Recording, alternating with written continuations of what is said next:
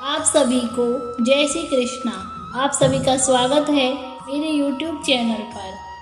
आज हम जानेंगे कार्तिक मास महात्म्य के 8वें अध्याय के बारे में।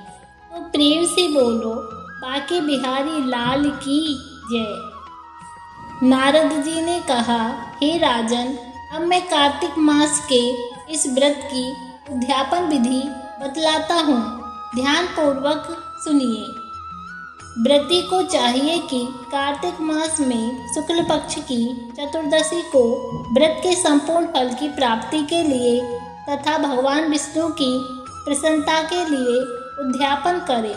तुलसी के ऊपर चंदोबा बनावे, बंधनबार व फूलों से सुसज्जित करे, चंबर से सुशोभित मंडप बनावे, चारों दरवाजों पर मिट्टी के बने हुए पुण्यशील, सुशील, जय और विजय 4 द्वारपालों को अलग अलग बैठावे।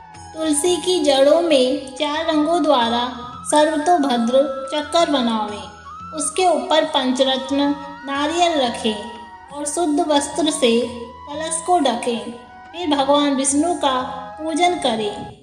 द्वादशी को भगवान विष्णु जागे थे, त्रयोदशी को देवताओं ने उनके दर्शन किए थे, चतुर्दशी को देवताओं ने उनका पूजन किया था, इसलिए भगवान विष्णु की उद्यापन पूजा की जाती है। उस दिन संयम तथा शांत चित्त से व्रत करना चाहिए। अपने गुरु की मूर्ति बनाकर षोडशोपचार तथा विविध नैवेद्य आदि से भगवान का पूजन करें। विधि प्रकार के वाद्यों के साथ कीर्तन करता हुआ उस रात्रि में जागरण करें।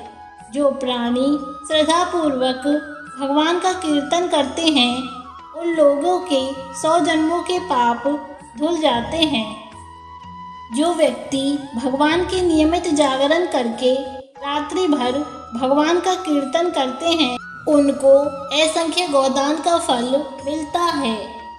जो लोग भगवान की मूर्ति के सामने नृत्य गान करते हैं, उनके अनेक जन्मों के एकत्रित पाप नष्ट हो जाते हैं। जो लोग भगवान के सम्मुख बैठकर कीर्तन करते हैं और बंसी आदि बजाकर भगवत भक्तों को प्रसन्न करता है और भक्ति से रात्रि भर जागरण करता है, उसे करोड़ों तीर्थ करने का फल मिलता है।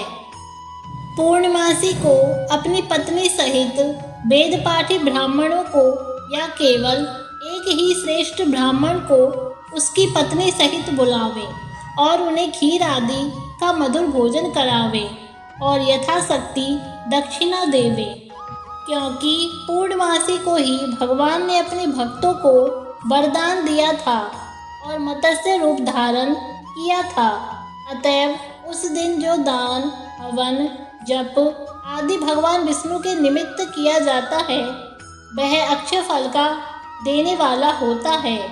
इसलिए व्रती 3 या 1 ब्राह्मण को सपत्नीक सामर्थ्यानुसार भोजन करावे।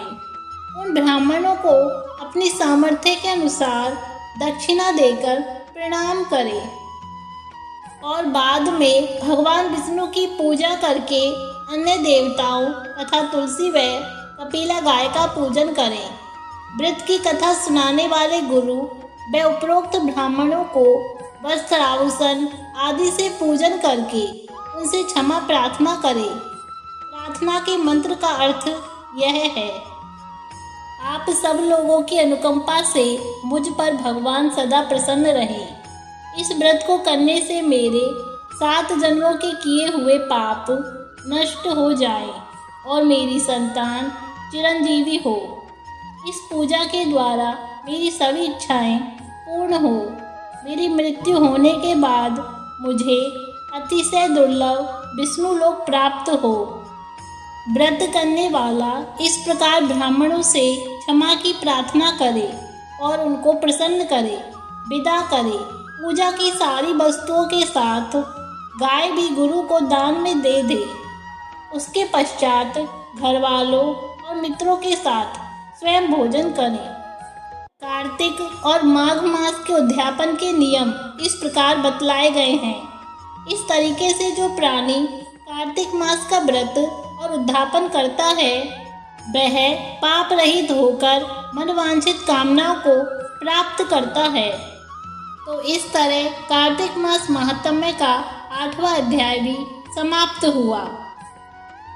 श्रीमन्नारायण नारायण हरि हरि, श्रीमन्नारायण नारायण हरि